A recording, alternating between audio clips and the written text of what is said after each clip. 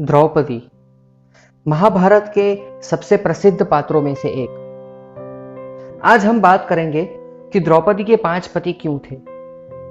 अजैन महाभारत के अनुसार द्रौपदी पूर्व जन्म में ऋषि कन्या थी। उसने पति पाने की कामना से तपस्या की और शंकर जी ने प्रसन्न होकर उसे वर मांगने को कहा।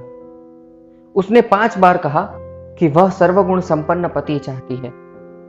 तब शंकर जी ने कहा कि अगले जन्म में उसे 5 पति मिलेंगे, क्योंकि उसने पति पाने की कामना 5 बार दोहराई थी।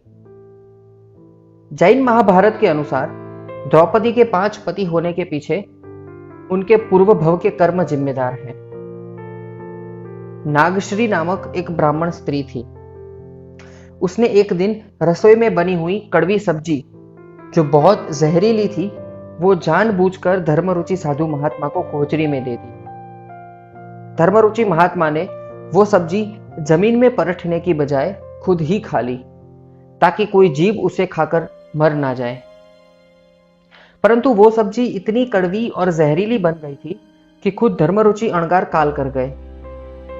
नागश्री को मुनि हत्या का घोर पाप लगा। वो दीर्घकाल तक संसार में भटकती रही। कोई एक भव में वो सुकुमालिका बनी।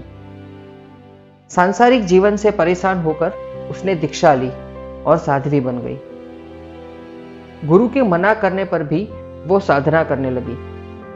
एक बार किसी वेश्या को 5 पुरुष के साथ देखकर उसके जैसा आनंद पाने के लिए उसने नियाणा किया।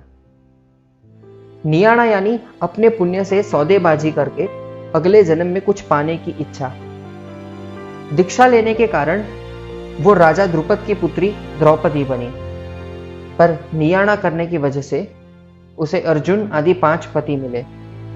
5 पति होने के बावजूद वो महासती कहलाई, क्योंकि हर साल के लिए पांडव में से कोई एक उसका पति और बाकी 4 उसके भाई समान होते थे।